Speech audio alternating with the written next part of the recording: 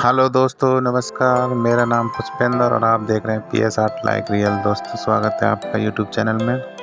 और इस वीडियो में ब्लैक पेपर्स और वाइट पेंसिल का यूज़ करके हमने शॉर्ट्स में कुछ ड्राइंग बनाई है जो आपके सामने पेश है। दोस्तों, फर्स्ट में हमने ग्लास बनाया है और आगे देखते रहिए दोस्तों, बहुत ही ज़बरदस्त वीडियो होगी आपके लिए।